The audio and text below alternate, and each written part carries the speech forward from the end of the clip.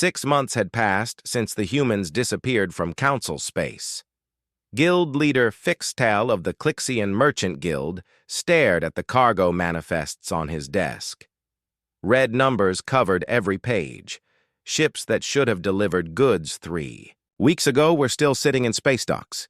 His profit margins had collapsed. "Sir, the Arcturian food shipment is delayed again," reported his assistant, a nervous Clixian named Vectar. "The transport captain says his engines cannot handle the scheduled jump sequence." Fixtal slammed his four-fingered hand on the desk. "These are the same routes we used for 20 years. How can they suddenly be impossible?" Vectar shifted, uncomfortably. "The routes were designed for human cargo ships, sir. Their engines were much more powerful than standard Council specifications." The truth was starting to become clear across the galaxy. Human technology had always been better, but the Council had forced them to follow official regulations anyway. The humans had quietly ignored those regulations while publicly agreeing to them. Now the real ships were gone, and the approved Council. Ships could not handle the workload. Director Alan Foster had warned about this exact problem 5 years ago. His engineering reports had explained why the Council's standard engine designs were inadequate for long-range cargo transport. The bureaucrats had filed his reports and told him to follow regulations. Now those same bureaucrats were discovering what happened when physics met politics. Physics won every time. On Vega Station, the quantum communication array finally collapsed. Engineer Vextar had been trying to fix it for 3 months. The human instruction manuals were complete, but they assumed knowledge that no alien possessed. Every repair attempt made things worse. "Send another emergency request to the human Commonwealth," Vextar told his team. "Offer them whatever they want." The reply came back within hours. "Communication request denied. All technical support contracts expired 6 months ago as announced." Station Commander Yaltek read the message and threw it in the waste bin. "Arrogant humans! We built this station before they ever left their planet." That was true. But the humans had made it work efficiently for the first time in its 200-year history. Without their modifications, the station was reverting to its original state of constant breakdowns and system failures. The medical crisis hit first on the Outer Rim worlds. Dr. Helen Garcia had been tracking a viral outbreak for 2 years. Her early warning systems had identified the disease before it became dangerous. Her research team had developed treatments that kept it under control. Now the warning systems were offline. The treatments were running out, and the virus was spreading faster than anyone had expected. Dr. Velthak of the Centauri Medical Council watched the infection reports pile up on her desk. 3 systems had already declared medical emergencies. 5 more were requesting immediate assistance. "Contact the Human Commonwealth Medical Division," she ordered. "Tell them we need Dr. Garcia's research data." The response was swift and brutal. "All medical research data is proprietary to the Human Commonwealth under Article 12 of our original research agreements. Access denied." Dr. Velthak read the legal document that accompanied the denial. The humans had retained ownership of all their research under the original Council treaties. At the time, the aliens had thought this was meaningless. Research was supposed to be shared freely among Council members. But humanity was no longer a Council member. Their research belonged to them alone. The security situation deteriorated faster than anyone expected. Admiral Beth Collins had been right about the pirate attacks. Without human patrol ships, the raiders grew bold quickly. The Torthan Republic lost 3 cargo convoys in 1 week. The raiders knew exactly where to strike because they had been watching human patrol patterns for years. Now those patrols were gone, and the standard Council defense ships were too slow to respond effectively. Admiral Korthvin of the Council Defense Force tried to adapt human tactics to his alien crews. The results were disasters. His ships followed human procedures without understanding the reasoning behind them. They arrived at battle sites hours after the pirates had left. "Sir, perhaps we should contact the humans for tactical advice," suggested his aide, Commander Gental. Admiral Korthvin growled. We do not need human help. We defended these systems for centuries before they arrived. That was another truth. That ignored reality. The aliens had defended their systems poorly for centuries. Pirate attacks had been constant problems until human ships took over patrol duties. The aliens had been happy to let humans handle the dangerous work while they focused on politics and trade. Now they were learning why the humans had been so effective. Human ships were faster, better armed, and operated by crews who understood combat. Council ships were built by committee and crewed by soldiers who had never seen real fighting. The first major system failure happened on Rigel 7. Chief Engineer Paul Davis had designed the planetary power grid using human technology. His alien replacement, Engineer Morthak, followed the maintenance schedules exactly as written, but the schedules assumed human-made replacement parts. Council-approved substitutes were cheaper but lasted half as long. When multiple generators failed simultaneously, the entire grid collapsed. 30 million aliens lost power for 2 weeks. Hospitals ran on backup systems that were never meant for long-term use. Food storage facilities failed. Transportation networks shut down. Contact Engineer Davis immediately, ordered Planetary Governor Hexnall. Offer him any salary he demands. The Human Commonwealth response was polite but firm. Engineer Davis is currently assigned to critical infrastructure projects in human space. He is not available for outside consultation. The power grid was eventually repaired using council-approved methods. It would fail again within 6 months. Everyone knew this, but no one wanted to admit why. Trade Representative Carl Johnson had spent 15 years building commercial relationships between human and alien companies. His network of contacts had facilitated billions of credits in transactions. When he left, those relationships died with his departure. Alien merchants who had relied on human connections found themselves shut out of profitable markets. The humans were still trading, but only with carefully selected partners.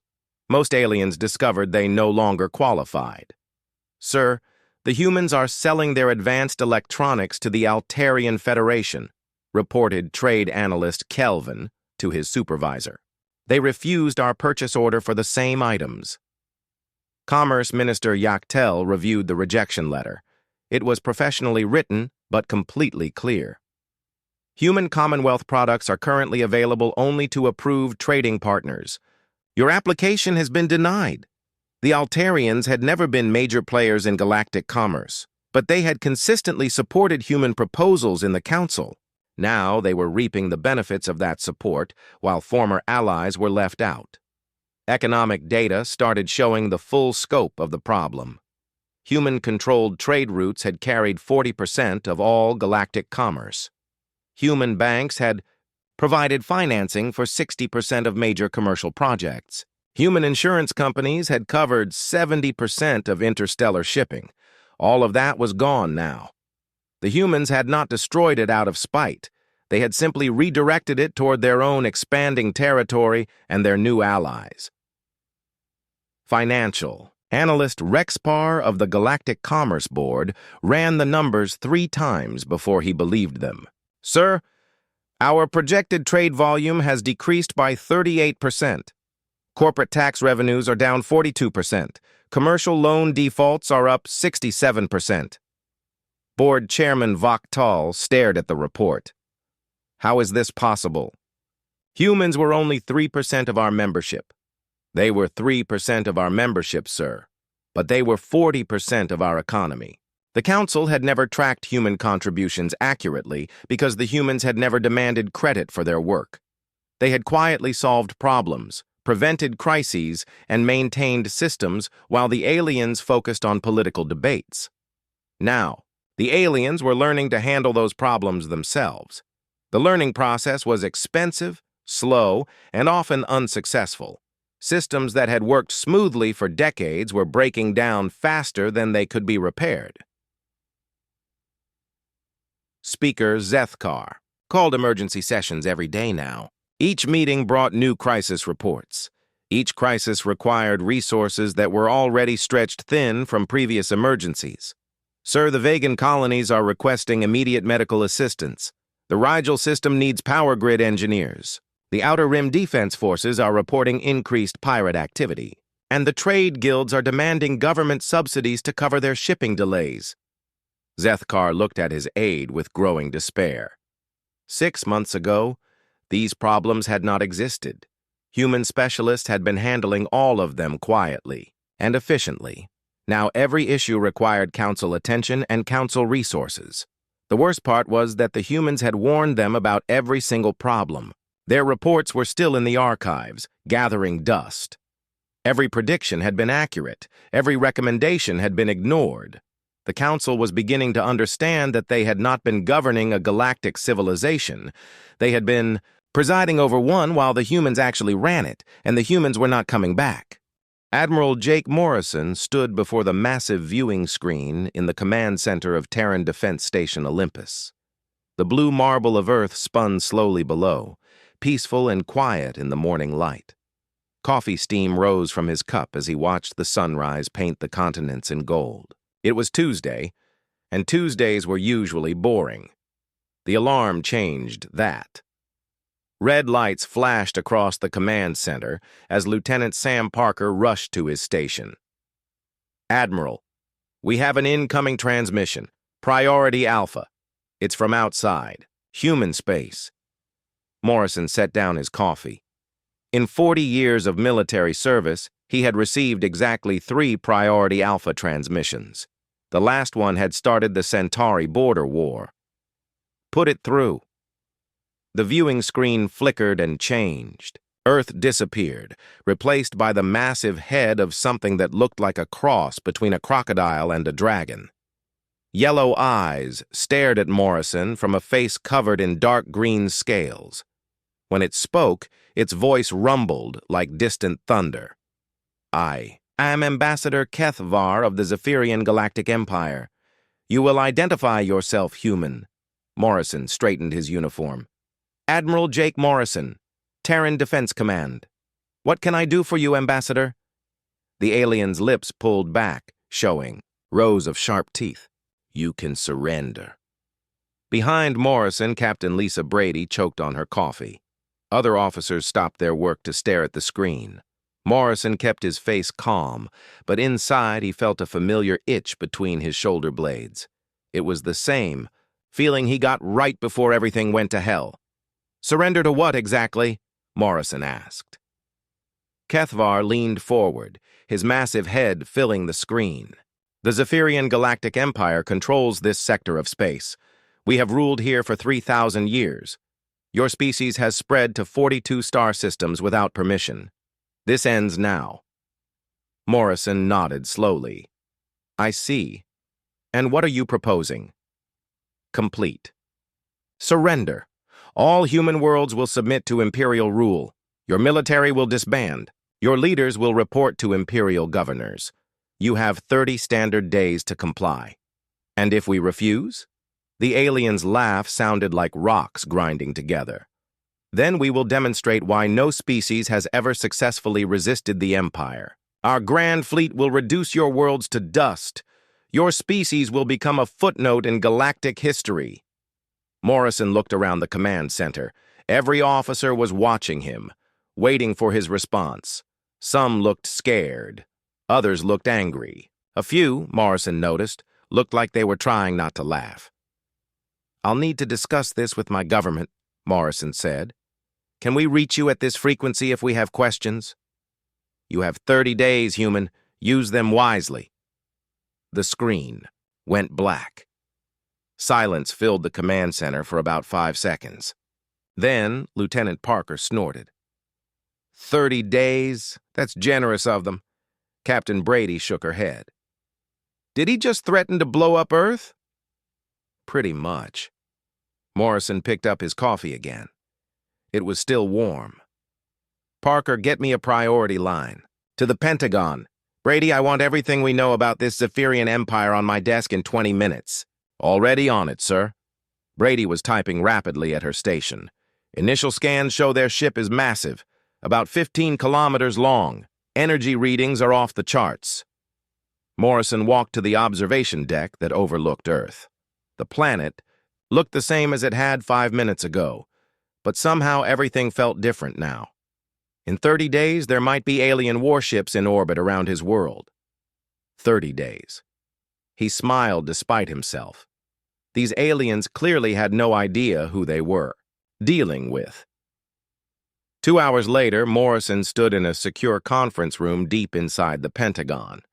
President Karen Walsh sat at the head of the table, her gray hair pulled back in a simple ponytail.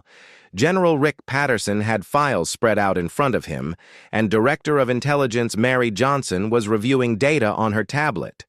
"So let me get this straight," President Walsh said. "Space lizards want us to surrender or they'll blow up Earth."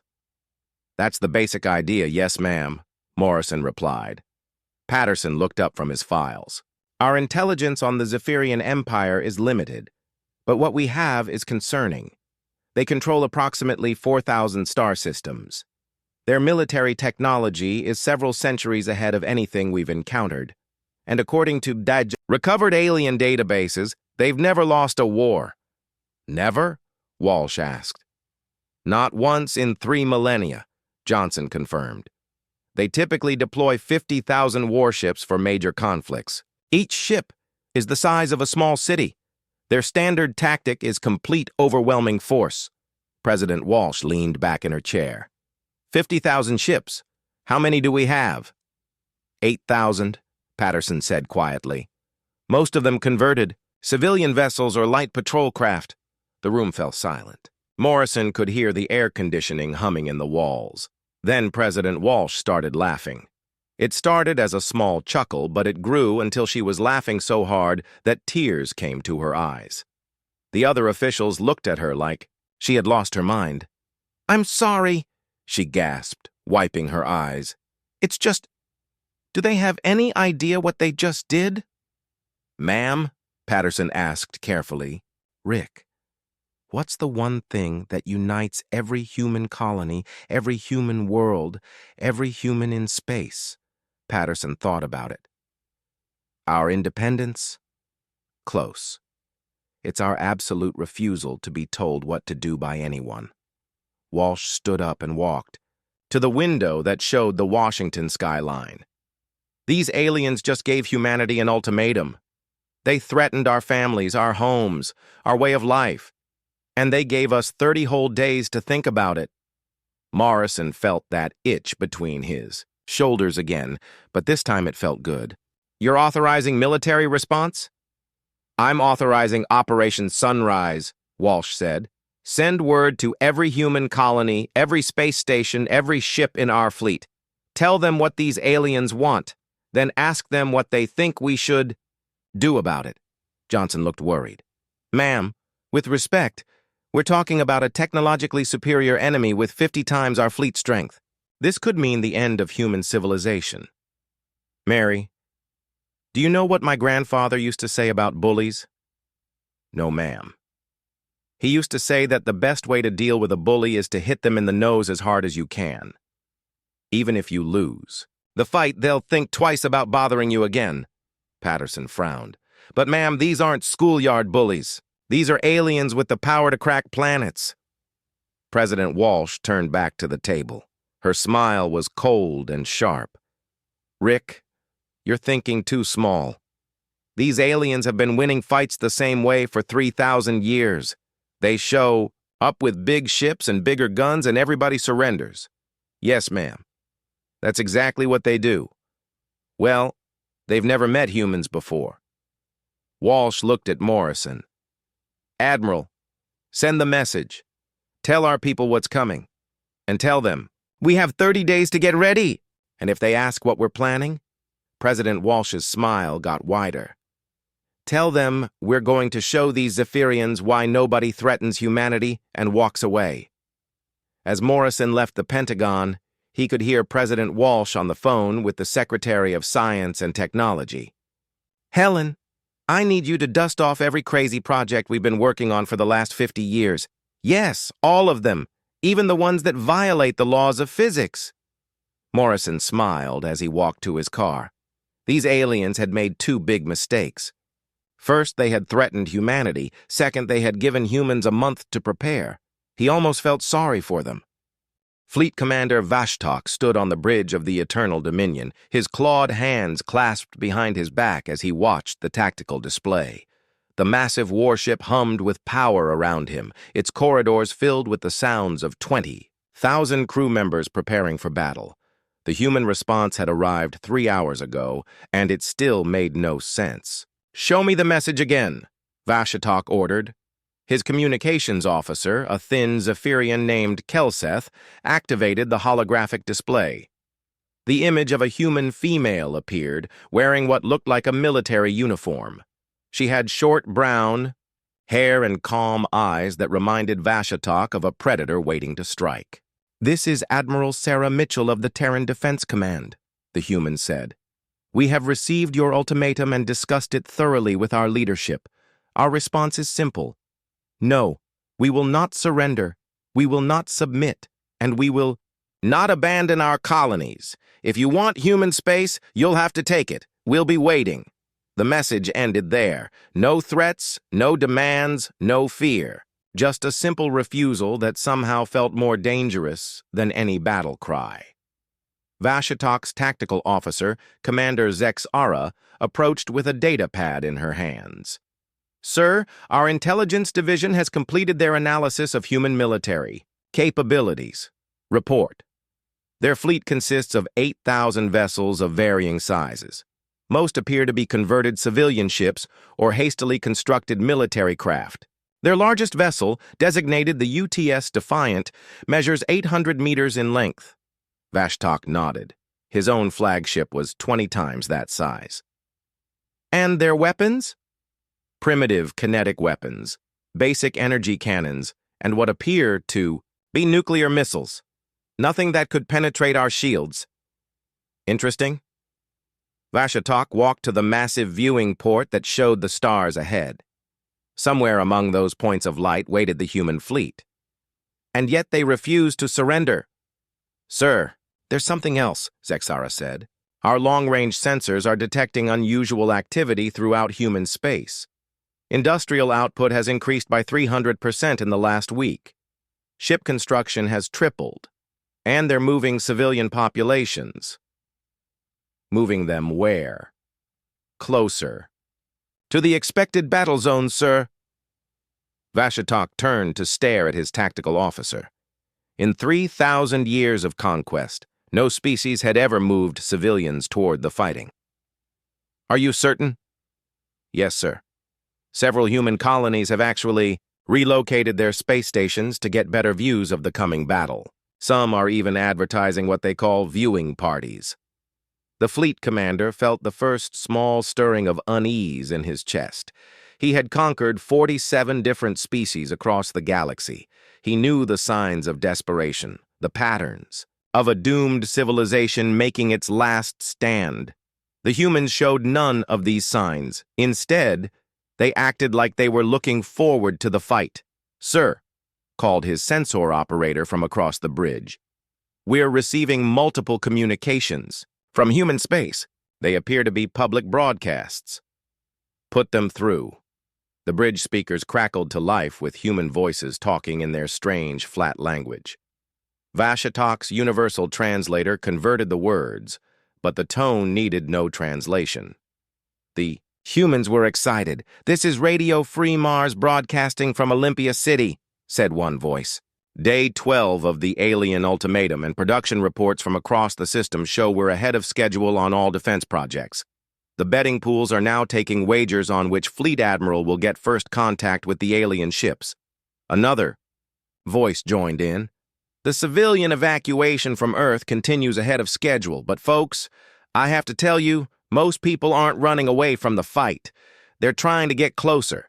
The observation stations around Jupiter are booked, solid for the next month." A third voice, younger sounding, added, "And remember, if you're planning to watch the festivities from home, make sure your recording equipment is ready.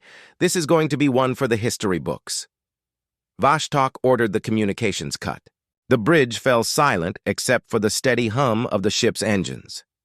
"They're treating this like entertainment," whispered Kelseth. "No, Vashatok corrected.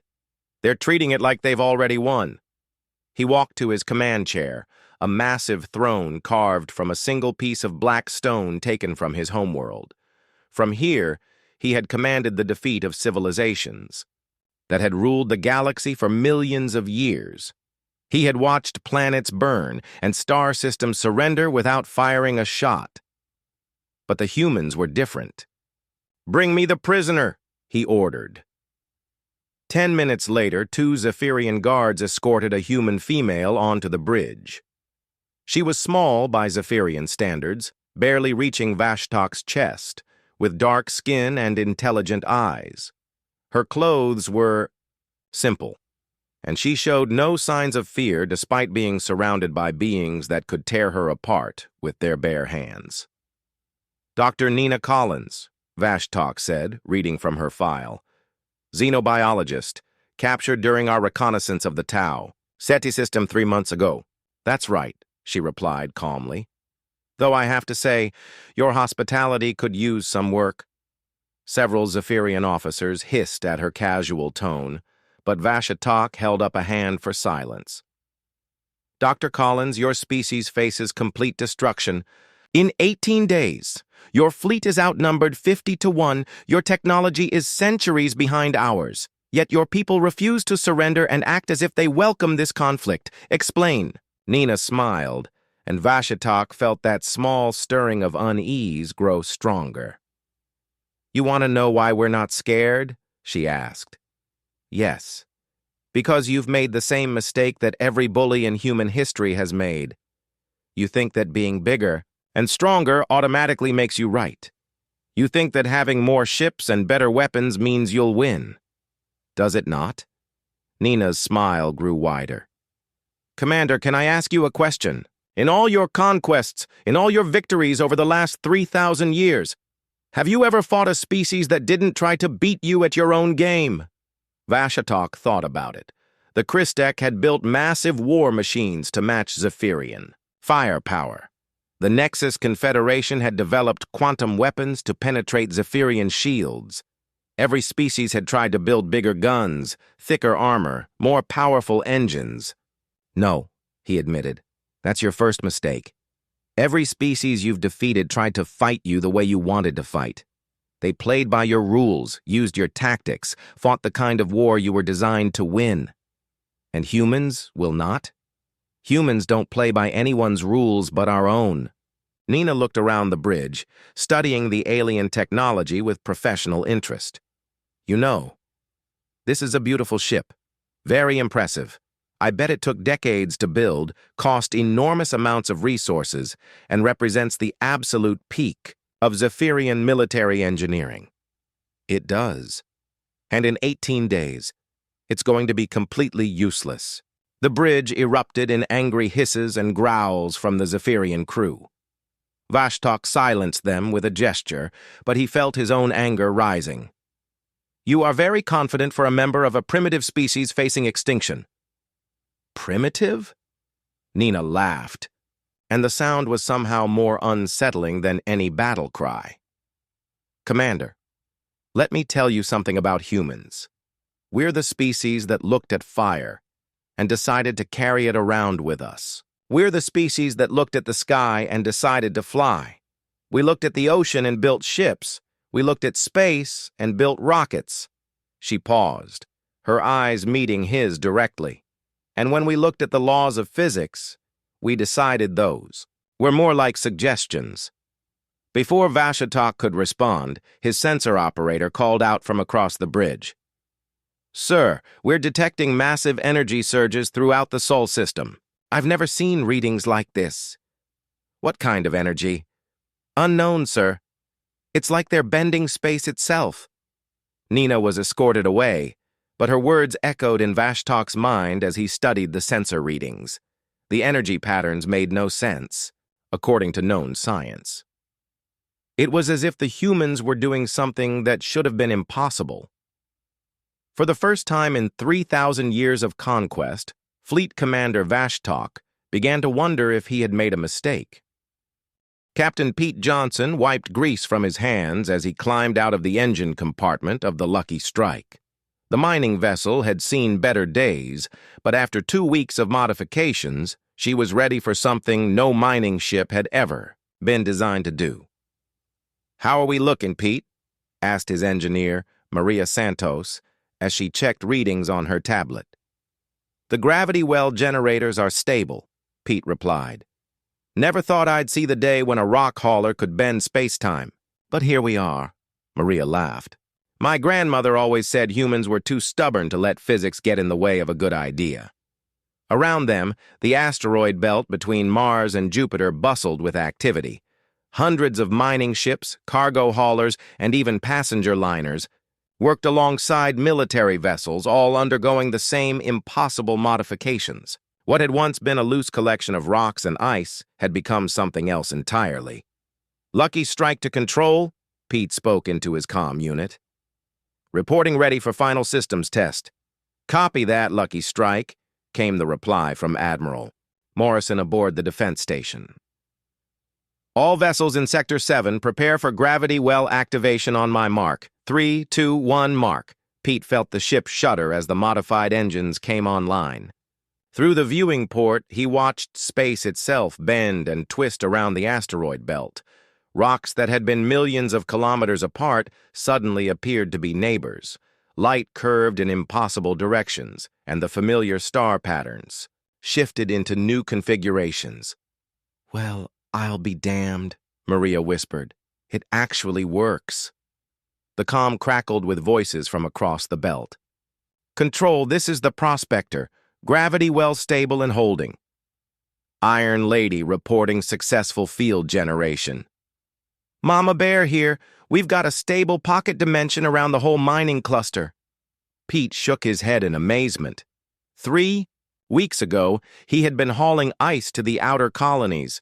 Now he was part of humanity's first line of defense against an alien empire, using technology that shouldn't exist. "Santos to all ships," came Admiral Morrison's voice over the general comm channel. "Excellent work, people. Phase 1 is complete. The asteroid belt is now officially not where the aliens think it is." Meanwhile, deeper in the Sol system, Commander Amy Rodriguez stood in the control center of what appeared to be a standard orbital defense platform. The structure looked like every other military installation humanity had built over the past century. Functional, practical, and completely unremarkable. That was exactly the point. "Status report," Rodriguez called out to her team of technicians. "Temporal displacement generators are online and stable," reported Lieutenant Kevin Brown from his station. "We can shift the platform up to 6 hours forward or backward in time." Dimensional.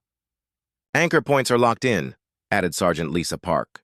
"We can phase shift the entire installation into parallel space at a moment's notice." Rodriguez nodded as she walked between the stations. Each piece of equipment looked normal from the outside, but the underlying technology was anything but standard. Humanity had spent the last 2 centuries quietly solving problems that other species considered impossible. "Any word from the research teams?" Rodriguez asked. "Dr. Chen reports that the quantum uncertainty field generators are ready for deployment," Brown replied. "And the physics manipulation arrays are showing green across the board." Rodriguez smiled grimly. The Zephyrians were expecting to fight a conventional war against a primitive species with inferior technology. They were going to get something very different. On the research vessel Breakthrough, orbiting Neptune, Chief Engineer Carlos Martinez was having a conversation that would have terrified any alien observer who understood what he was saying. "Explain it to me again," said Rookie Officer Steve Turner, staring at the massive device that filled the ship's cargo hold. "How exactly does this thing work?" Martinez patted the side of the device affectionately. "This, my young friend, is a reality adjustment matrix. See, most species think the laws of physics are fixed. Gravity always pulls things together. Energy can't be created or destroyed. Nothing goes faster than light. You know, basic stuff." "Right," Turner said slowly, "because that's how the universe works." "Well, yes and no." Martinez pulled up a holographic, display showing complex mathematical equations. The thing is, those laws are really more like averages. They work most of the time, in most places, under most conditions. But if you know what you're doing, you can convince reality to make exceptions. Turner stared at the equations, trying to make sense of them. So this machine can break the laws of physics? Break is such a harsh word. Let's say it negotiates with them. Martinez grinned. You see, Steve, when the Zephyrians show up expecting to fight us with plasma cannons and energy shields, they're going to discover that we've changed the rules of the game. Changed them how? Well, for example, what if energy weapons only worked on Tuesdays? What if gravity decided to flow uphill? What if their ships suddenly became uncertain about whether they existed or not? Turner's eyes went wide. You can do that? Son, we're humans. We can do whatever we set our minds to, and we've had 200 years to set our minds to some very interesting problems. Back on Earth, President Walsh stood in the Situation Room, watching feeds from across human space. Every screen showed the same thing: impossible technology working exactly as designed. Status report, she said to General Patterson. All systems are operational, ma'am. The asteroid belt is now existing in folded space-time. Our orbital platforms are equipped with temporal displacement capability. The outer colonies have quantum uncertainty fields active, and our deep space vessels are reporting successful reality manipulation tests. And the Zephyrian fleet? Still approaching on schedule. They'll reach our outer perimeter in 6 days. President Walsh nodded, watching as a test ship on one of the screens briefly ceased to exist, then reappeared in a completely different location. Rick, do you think they have any idea what they're walking into? I doubt it, ma'am. According to our intelligence, every species they've conquered tried to fight them conventionally. Bigger ships, better weapons, stronger shields, standard military thinking. And we're doing something different. Ma'am, we're not just doing something different.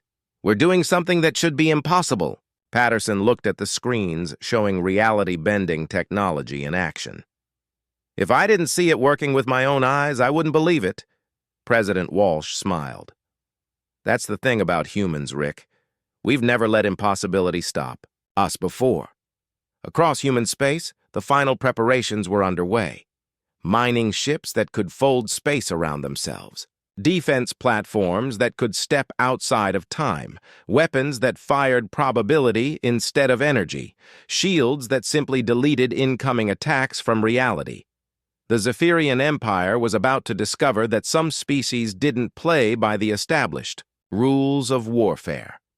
They were about to meet a species that had looked at the fundamental laws of the universe and decided they were more like polite suggestions. In 6 days, 50,000 alien warships would arrive expecting to crush a primitive human fleet through superior firepower and advanced technology. Instead, they would find themselves fighting an enemy that had turned the battlefield itself into a weapon. Captain Johnson, still aboard the Lucky Strike in the reality-bent asteroid field, received a message from Admiral Morrison. All stations, this is Control. The Zephyrian fleet has entered the outer system. Time to show them what happens when someone threatens humanity. Pete Johnson looked out at the impossible vista of twisted space around his small mining ship and smiled. Come on, then, he said to the approaching alien fleet. Let's see how you handle a fight where the rules change every 5 minutes. The battle for humanity was about to begin, but it would be unlike any battle in galactic history. The Zephyrians had the bigger fleet, the better weapons, and 3,000 years of experience. But the humans had something better. They had learned to make reality itself their ally. The battle began at exactly 0800 hours, Galactic Standard Time. Fleet Commander Vashitok watched from his command throne as the first wave of 5,000 Zephyrian warships moved into attack formation. The human fleet waited ahead of them, looking pitifully small against the backdrop of space. All ships, begin standard assault pattern, Vashitok ordered. Show these humans the power of the Empire. The massive alien vessels accelerated forward. their plasma cannons charging with deadly energy. Each ship was a city-sized instrument of destruction, capable of cracking planets and shattering moons. The combined firepower of the assault wave could have sterilized an entire star system. Then reality broke. Lieutenant Colonel Ryan Murphy, stationed aboard the orbital platform Archimedes, watched the approaching alien fleet through his tactical display. All stations, this is Murphy. Beginning space-time fold on my mark. 3, 2, 1, execute. He pressed a single button and the universe hiccuped. The space between the two fleets, which had measured several light minutes across, suddenly folded like a piece of paper. What had been vast emptiness became a few thousand kilometers of twisted, impossible geometry. But the fold only affected human vessels. On the bridge of the Eternal Dominion, chaos erupted as sensor readings went insane. "Sir, the human fleet just moved," reported the sensor operator, his voice shaking. "They were 30 million kilometers away. Now they're right on top of us." "That's impossible," Vashtok snarled. "Nothing moves that fast." "They didn't move fast, sir. They moved space. The Zephyrian fleet found itself scattered across impossible distances. Ships that had been flying in perfect formation were now separated by light years. Vessels that should have been able to see each other were lost in folded space-time where normal navigation meant nothing. Captain Helen Davis, aboard the human destroyer Relativity, watched the confused alien ships with satisfaction. "All hands. This is the captain. We've pulled them into the pocket dimension. Normal physics no longer apply. Weapons free." The first Zephyrian commander to recover from the spatial displacement tried to fire his plasma cannons at the nearest human ship. The deadly energy beams lanced out across space, moving at the speed of light toward their target. The beams traveled about 50 meters, then simply stopped. Engineer Ben Thompson, watching from the civilian station Harmony, laughed as he saw the frozen energy blasts hanging in space like glowing icicles. "Looks like the speed of light restriction is working perfectly," he said to his colleague. "Their weapons can't move faster than we allow them to." In the pocket dimension that humans had created around the battlefield, the speed of light was now exactly 15 meters per second. Zephyrian energy weapons designed to move at standard light speed found themselves crawling through space like lazy fireflies. Meanwhile, human weapons operated on completely different principles. The destroyer Relativity fired what appeared to be a simple projectile at a Zephyrian cruiser. The metal slug moved normally through space until it reached the alien vessel. Then it did something that made the Zephyrian crew scream in terror. It multiplied. What had been one projectile became 10, then 100, then 1,000. Each copy was identical to the original, occupying the same space, following the same trajectory. The Zephyrian shields, designed to stop single impacts, had no way to deal with a bullet that existed in multiple quantum states simultaneously.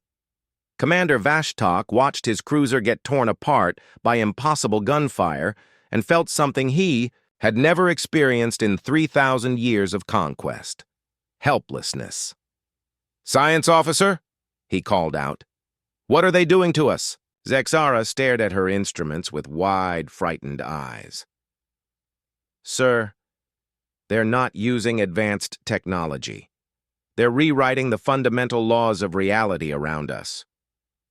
On another part of the battlefield, Captain Dan Roberts aboard the corvette, Possibility was testing humanity's most disturbing weapon. "Quantum uncertainty generators online," he announced to his crew, "targeting the lead dreadnought." The weapon fired nothing that could be seen or detected. It simply made the target ship probabilistically uncertain about its own existence. The massive Zephyrian dreadnought began to flicker in and out of reality. One moment it was there, solid and real and threatening. The next moment it was a ghost, ship, translucent and powerless. Its crew experienced the terrifying sensation of sometimes existing and sometimes not, their consciousness flickering between states of being.